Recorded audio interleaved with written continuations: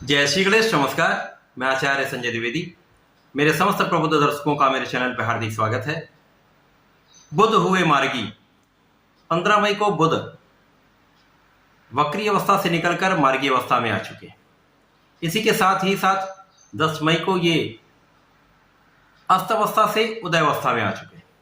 इसका अर्थ ये हुआ कि वर्तमान समय में जो बुध हैं वो अत्यंत प्रबल अवस्था में है।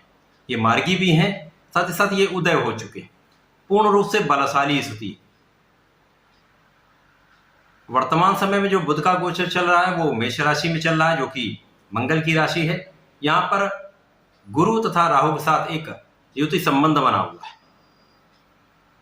परंतु यहां पर बुध की स्थिति भी अत्यंत प्रबल हो चुकी है। यहां पर ये पूर्ण रूप से उदय भी है, मार्गी अवस्था में आ गए हैं। इनका अब गमन अपनी अगली राशि शुक्र की राशि वृषभ राशि की ओर हो चुका है।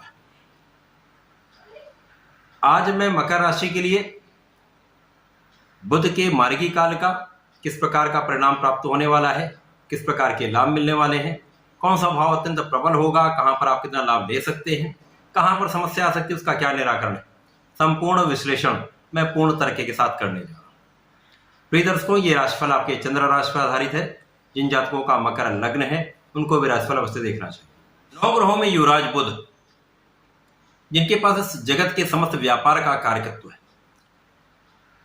इस जगत का जितना भी कला क्षेत्र का कार्य है, गायन वादन नृत्य, जितना भी कलात्मक कार्य है, उनका कार्यकत्व बुध के पास है। लेखन से संबंधित कार्य, लेखा जगत का कार्य, आंकड़ों से संबंधित कार्य, मैथ गणित से संबंधित कार्य, इसी प्रकार से स्टैटिस्टिक्स, संपूर्ण विश्लेषण से संबंधित कार्य, मैनेजमेंट का कार्य, विद्या बुद्धि का कार्य, शिक्षा से संबंधित कार्य, वाणी से संबंधित कार्य, संपूर्ण कार्यकत्व बुध के पास है।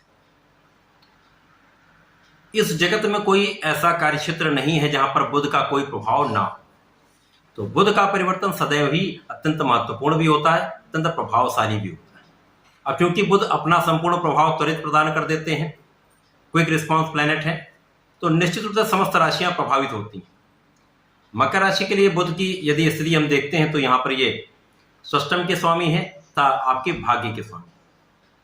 षष्ठेश भाग्येश का गोचर वर्तमान में केंद्र के भाव में चल रहा है, जो कि चतुर्थ भाव है। ये केंद्र त्रिकोण राजयोग का निर्माण हो रहा है।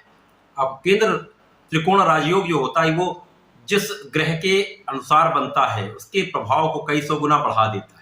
अब बुध का गोचर केंद्र में चल रहा है, यद्यपि ये मित्र की राशि नहीं है, परंतु केंद्र का भाव इनके बल में निश्चित रूप से वृद्धि करेगा।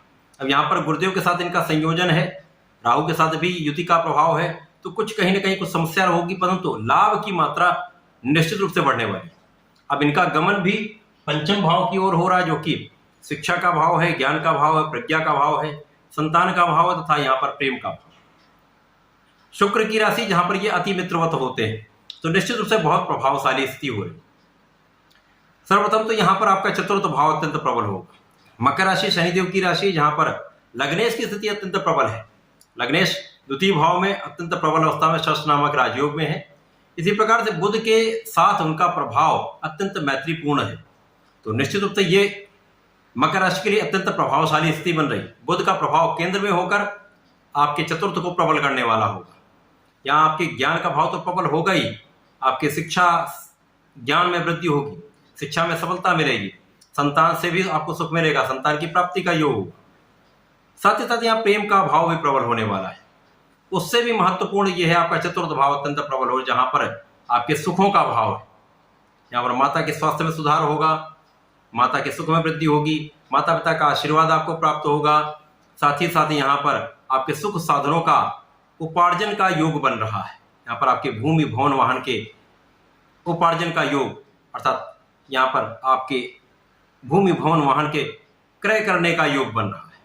कहीं न कहीं से ऐसी स्थितियां बनेंगी जिसके कारण आप अचानक ही इन सभी सुख सुविधाओं का अर्जन कर सकते हैं। आप उनका लाभ भी ले सकते हैं, सुखों का उपभोग भी कर सकते हैं। निश्चित रूप से इस समय में स्थिति अत्यंत प्रबल हो रही। साथ ही साथ जब चतुर्थ में बुध होंगे, त्रिग्रही योग है, यहां से सीधा संबंध आपके दसम भाव पर होगा। दसम भाव जो कि कार्यक्षेत्र का भाव है। अब यहां से सीधी स्थिति जो बन रही वो तुला राशि है। तुला राशि शुक्राचार्य की राशि, जहां से बुध का संबंध अति मित्रवत होता है। मकर राशि के लिए शुक्र अत्यंत मित्र भाव में है, तो निश्चित रूप से इस समय आपका कार्यक्षेत्र प्रबल होने लगेगा। जो कार्यक्षेत्र में कहीं ना कहीं एक अवरोध चल रहा था, वो अवरोध दूर होने लगेंगे, व्यापार में वृद्धि होने लगेगी, धन का आगमन प्रारंभ हो जाएगा, धन का संचय प्रारंभ हो जाएगा, अपव्यय रुक जाएगा।